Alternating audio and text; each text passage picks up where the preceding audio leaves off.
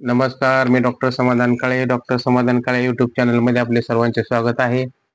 आजचा विषय आहे हेल्दी डाएट पुरेसा नाही. आरोग्य टिकवण्यासाठी चांगला आहार महत्त्वाचा आहे, असे आपण नेहमी ऐकतो. घरचे अन्न खा, तेलकट व जंक फूड टाळा आणि आरोग्य उत्तम राहील, अशी अनेकांची धारणा असते. मात्र प्रत्यक्षात केवळ हेल्दी आहार पुरेसा नसतो, हे अलीकडे एका धक्कादायक घटनेतून स्पष्ट झालेले आहे. 29 वर्षाची मोनिका नावाच्या तरुणीने सोशल मीडियावर केलेली पोस्ट मोठ्या प्रमाणावर व्हायरल झाली.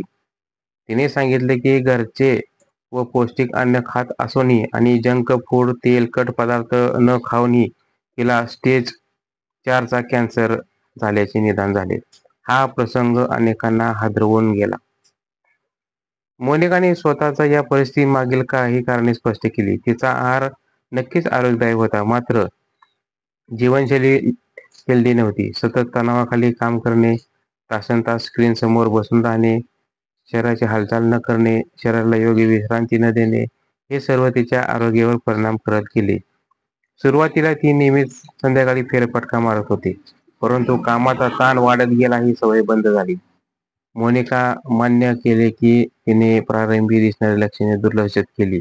सततचा थकवा, विचित्र अस्वस्थपणा, झोप न लागणे या गोष्टी तिला सततच्या कामामुळे, ताणामुळे घडतायत असे वाटले. परंतु ही लक्षणे गंभीर आजाराची पूर्वचिन्हे होती.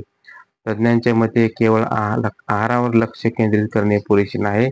नीट झोप न घेणे आणि सतत तणावाखाली राहणे हे दोन मोठे धोकादायक घटक आहेत. यामुळे शरीरावर घातक परिणाम होतो.